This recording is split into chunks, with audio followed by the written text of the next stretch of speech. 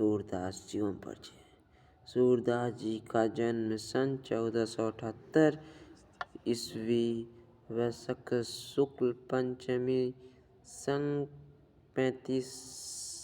1535 में आगरा मथुरा मार्ग पर स्थित रुनकता नामक ग्राम में हुआ था। कुछ विद्वान दिल्ली के निकट से ग्राम को भी इनका जन्म स्थान मानते हैं। सूरदास जी जन्माद्य थे, इस विषय में भी विद्वानों में मतभेद है। इन्होंने कृष्णा की बाल लीलाओं का मानव स्वभाव का एवं प्रकृति का ऐसा सजीव वर्णन किया है जो आँखों से प्रत्यक्ष देखे बिना संभव नहीं है। इन्होंने स्वयं अपने आप को जन्माद्य कहा है। ऐसे इन्होंने आत्मग्लानिवास लाक्षणिक रूप से अथवा ज्ञान चक्षुओं के अभाव के लिए भी कहा हो सकता है। सूरदास की रुचि बचपन से ही भागवत भक्ति के गायन में थी। इसने भक्ति का एक पाठ सुनकर पुष्टि मार्ग के संस्थापक महाप्रभु वल्लभाचार्य ने इन्हें अपना शिष्य बना लिया और श्रीनाथ जी के मंदिर में कीर्तन का भार सौंप दिया। श्री वल्लभाचार्य के पुत्र विठुलनाथ ने अष्टछाप नाम से 8 कृष्ण भक्त कवियों को जो संगठन किया था। सूरदास जी इसके सर्वश्रेष्ठ कवि थे।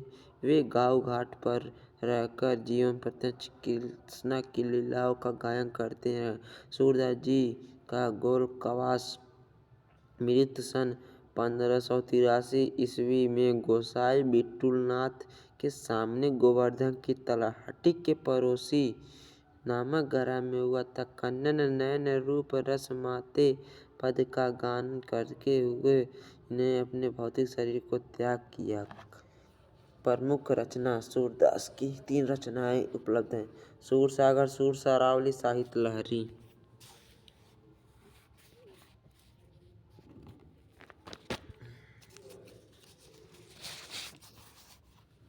आचार्य रंजन शुक्ल जीवन परिचय। हिंदी के प्रतिभासंपन्न मधुसूदन समीक्षक एवं युग प्रवर्तक साहित्यकार आचार्य रंजन शुक्ल का जन्म सन 1884 ईस्वी में बस्ती जिले के अगोना नामक ग्राम के एक संप्रभात परिवार में हुआ था। इनके पिता चंद्रबली शुक्ला मिर्जापुर के कानूनगो थे। इनकी माता अत्यंत बुद्धिशील और धार्मिक थीं।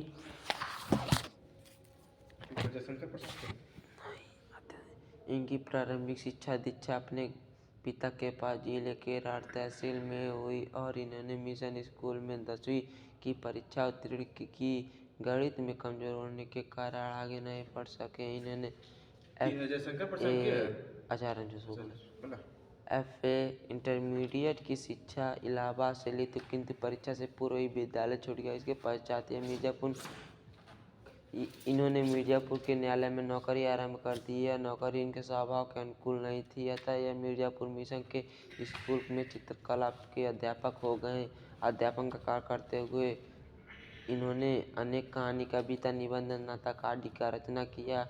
इनकी विद्वता से प्रभावित होकर इन्हें हिंदी शब्द सागर के संपादन कार्य में सहयोग के लिए श्याम सुंदर दास जी द्वारा काशी नगरी प्राचीन सभा में सम्मान बुलवाया गया। इन्होंने 19 वर्ष तक काशी नगरी प्राचीन पत्रिका का संपादन भी किया। कुछ समय के पश्चात इनकी नियुक्ति काशी हिंदू विश्वविद्यालय में हिंदी विभाग के प्राध्यापक के रूप में हो गई और श्याम सुंदर दास जी के अवकाश प्राप्त करने के बाद यह हिंदी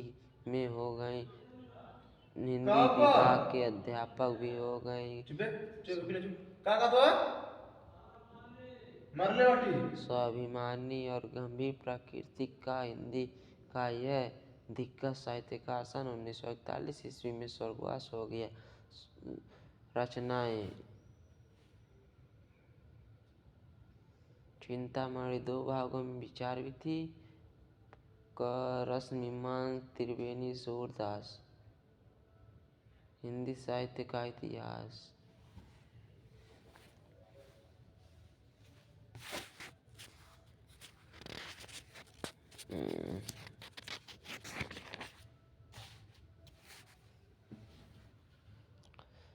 महादेवी वर्मा जीवन परिचय। श्रीमती महादेवी वर्मा का जन्म उत्तर प्रदेश के फर्रुखाबाद जनपद में सन 1907 ईस्वी में होलिकात्सव के दिन हुआ था। इनके पिता गोविंद प्रसाद वर्मा भागलपुर के एक कॉलेज में प्रधानाचार्य और ममता हेमरानी विदुषी और धार्मिक स्वभाव की महिला थी। इनकी प्रारंभिक शिक्षा इंदौर में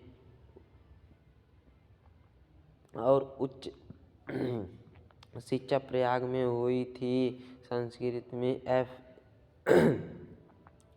एम.ए. उत्तीर्ण करने के बाद यह प्रयाग महिला विद्यापीठ में प्रधानाचार्य हो गए। इनकी विवाह छोटी आयु में हो गया तथा इनके पति डॉक्टर थे। वैचारिक साम्य न होने के कारण यह अपने पति से अलग रहती थी। कुछ समय तक इन्हें चंदा पत्रिका का संपादन किया गया। इनके जीवन पर महात्मा गांधी का तथा साहित्य संसाधन पर रविंद्रनाथ टैगोर का विशेष प्रभाव पड़ा। इन्होंने नारी स्वातंत्र्य के लिए सदैव संघर्ष किया और अधिकारों की रक्षा के लिए नारी का निश्चित होना अवश्य बताया। कुछ वर्ष तक यह उत्तर प्रदेश विधान परिषद की मनोनीत सदस्य भी रही। इनकी प्रारंभिक शिक्षा सेवाओं के लिए राष्ट्रपति ने इन्हें पद्मभूषण की उपाधि से अलंकृत किया। सरिया एवं मंगल प्रसाद पारितोषिक से भी इन्हें सम्मानित किया गया। उत्तर प्रदेश हिंदी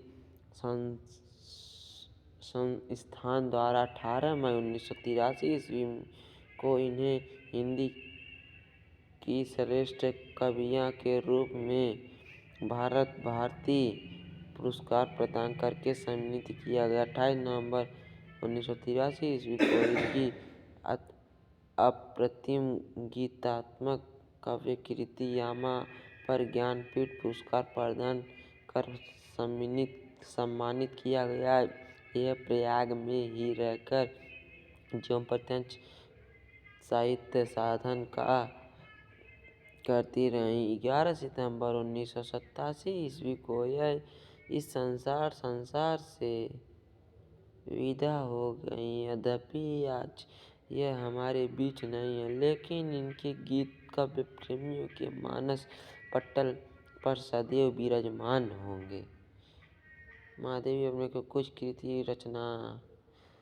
पहला निहार रश्मि नीरजा संगीत दीपशिखा।